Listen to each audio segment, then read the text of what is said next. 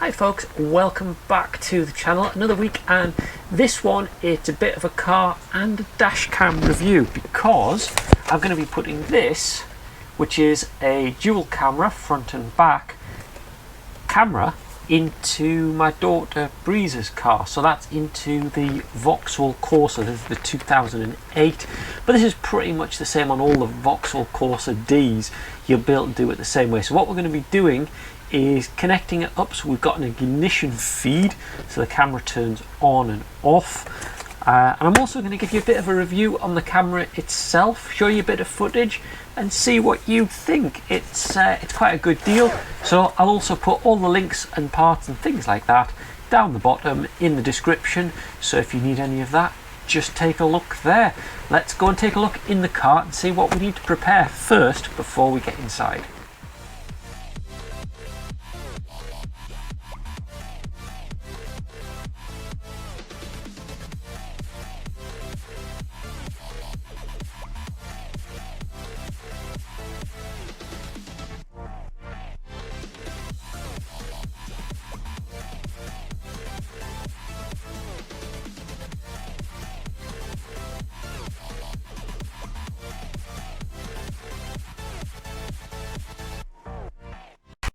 It's horrible and raining out here. In fact, it's pouring down, so I'm not going to be spending long outside the car today.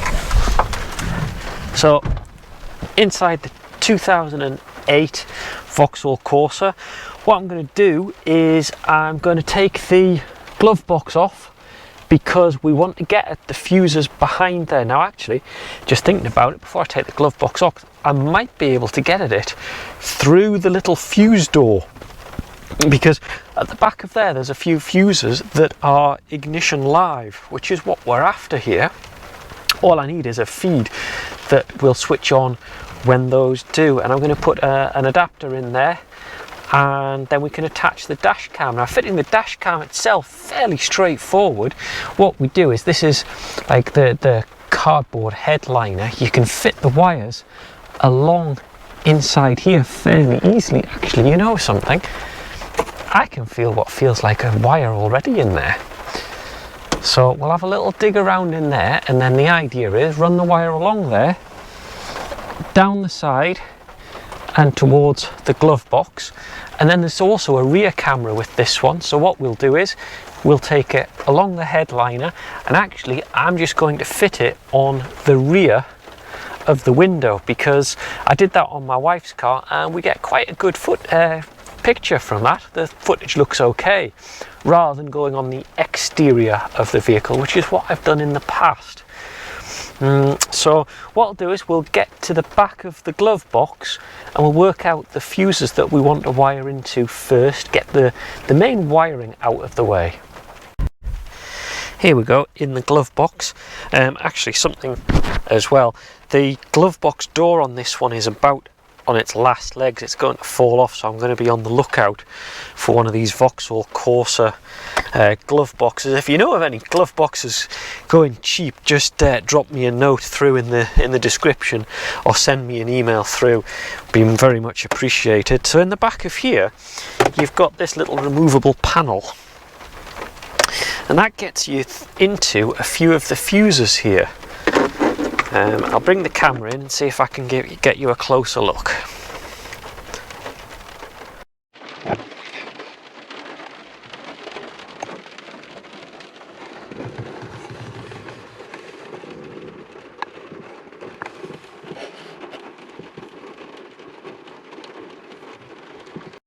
Just to go through the principle of what I'm going to do here is I'm going to use one of these Piggyback fuse systems to plug in, and that will give me a feed that's fused.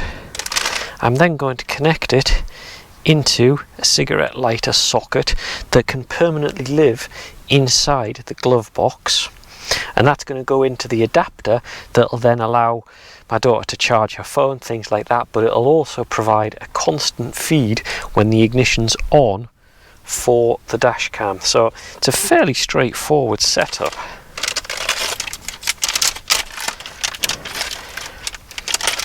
So first of all, one of these Piggyback fuses. Now these are quite tight to fit into the car because I have struggled with this before. You just put one of the fuses in here, and then what I can do is take the other one out, wire all these connectors up, and that should give us our feed. So I'll get on with that. I'm not going to show you too much of this, but basically what I'm going to do, fit the wire into there, crimp it and plug the fuse in. Simple as that. Nice and straightforward. And there's also, just to see it in the back of the picture, a screw that's going into the chassis, which is going to be our ground, and that's what I'm going to connect that up to. Pretty straightforward. I'm going to do that and I'll show you when I'm connected up.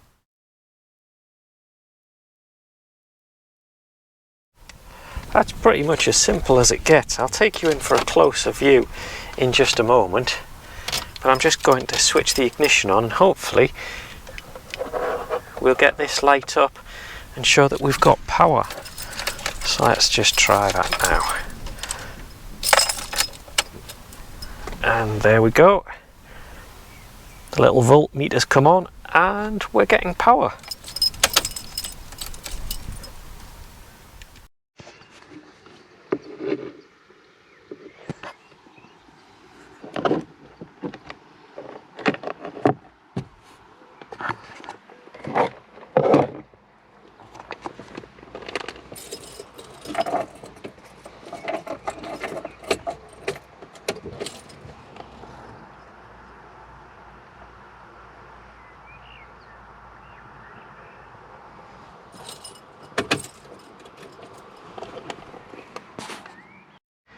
Before I tidy all this up, I'm also going to plug the power adapter for the dash cam into one of these two built-in USB ports and feed it through here, round, and then up the trim to get power up to the dash cam.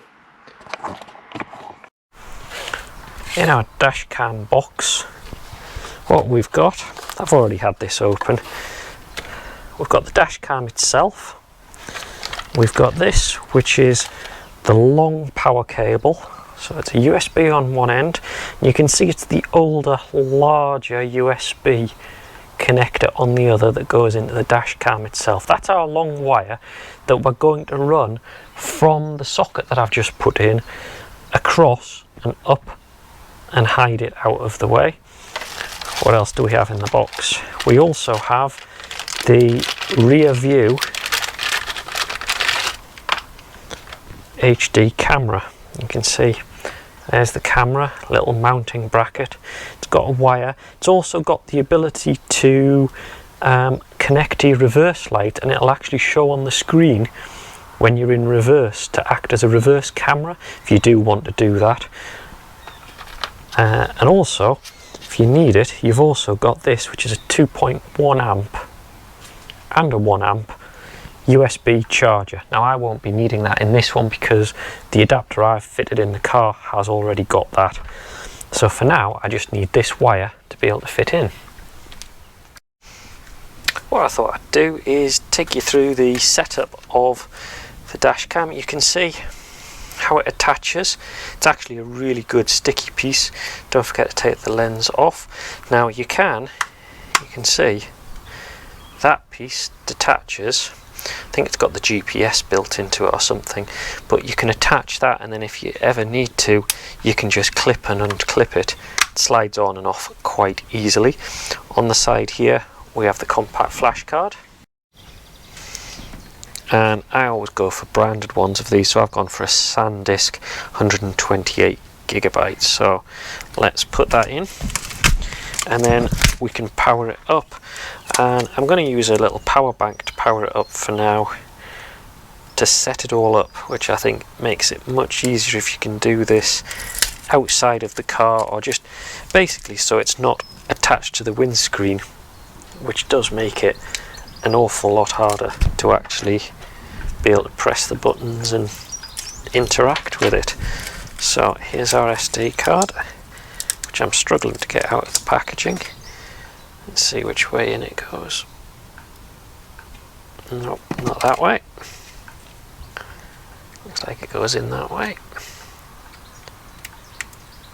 That's that fitted. And on the top there you can see the USB socket and the AV socket as well. Let's power it on.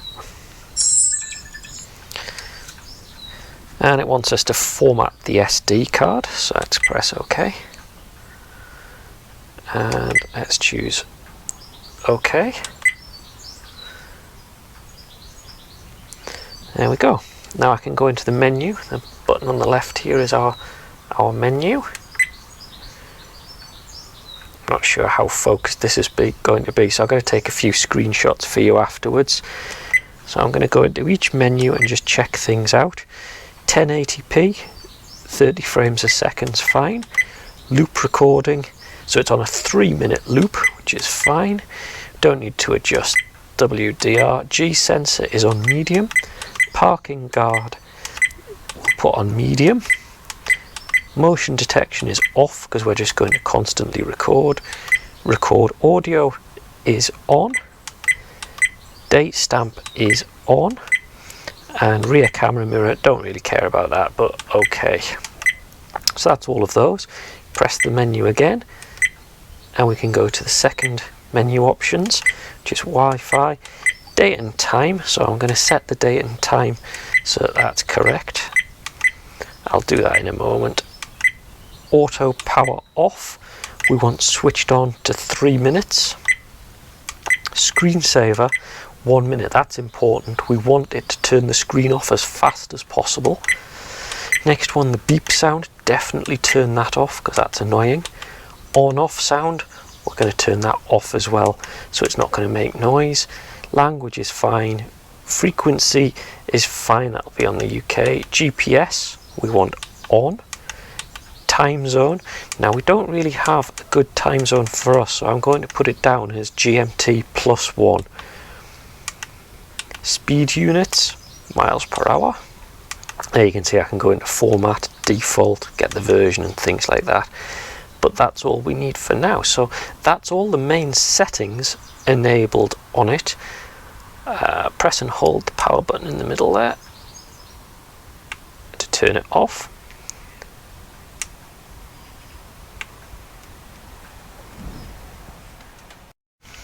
That covers all the menus, and what we should now find is if I power it on, it immediately switches on, and you can see in the top left it's recording straight away, which is exactly what we want. You can see it's got the GPS information, the current travelling speed and all that kind of thing. So that's looking quite good. Let's go and fit it into the car then, I think. Oh, let's check that it turns off. Yeah, so it turns itself off as well. Let's go and put it in the car then. Oh, one thing I forgot to mention is the Wi-Fi option. If you switch the Wi-Fi option on, what it does is it'll display an SSID and a password on the screen that you can then connect your phone up to. So that's now switched on, and on your phone you can run AQP cam and connect to it, and you can get the footage off it and things like that. It's a very simple app, but one thing that I found was really useful is it allows you to see it in real time, which is good for setting it up, positioning it and things like that. So I would recommend that you connect the Wi-Fi up, if nothing else, just so you can get the positioning of the camera right and get it looking good. So all you do is you connect to the Wi-Fi, like I'm doing here. Now it'll say it can't provide internet, but that's fine. We just connect anyway. There we go. And if I now run the app, now we're watching in real time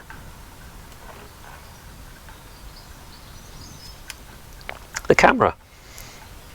And there we go. So what I'm going to do is I am actually going to record some footage on it, and I'll show you the quality of it once I've downloaded the footage. So I'll go and put it in the car. Let's get some footage recorded and show you how we get on. let's get it positioned. Use a clean cloth, give the windscreen a good clean around there, because you definitely want it to stick well. So we'll give that a good clean. And then I'm going to connect the wires up first and just make sure that the wires all route round the way I want them to.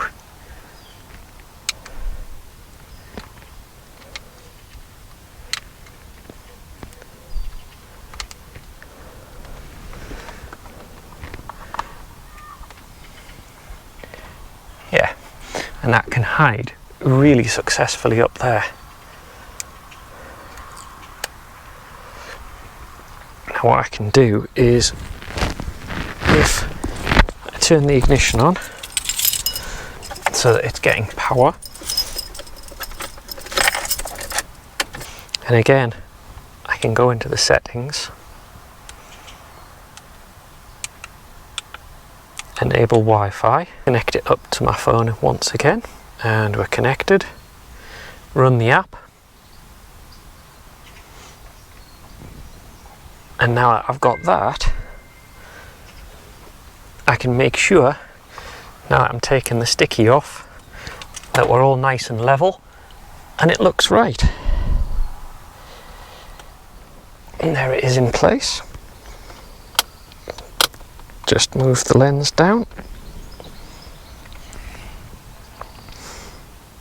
and you can see now we've got a nice view out of the back and at the front, so I'm happy with that.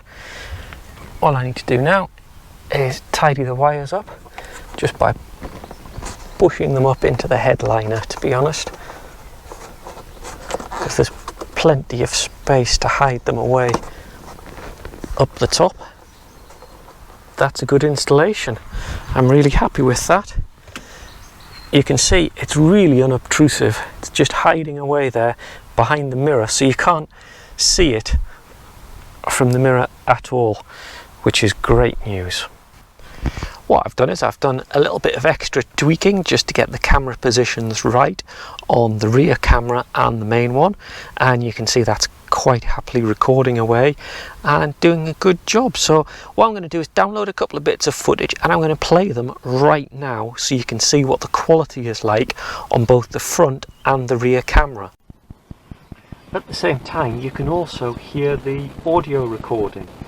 I'm talking to you from sat in the driver's position in the car, just to give you an idea of what it looks like and also show you a bit of the footage of what you're seeing as well. So I'm going to walk around the car and you can take a look.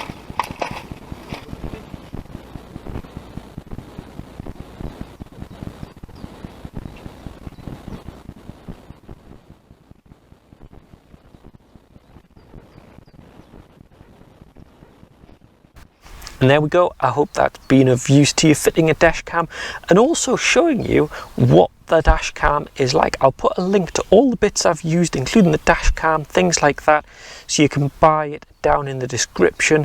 Love to get some feedback from you if you thought this was useful, or if you've got anything else that you're interested that you'd like me to try out. I'll quite happily take a look. Just let me know in the comment section. Otherwise, let's see you in the next video.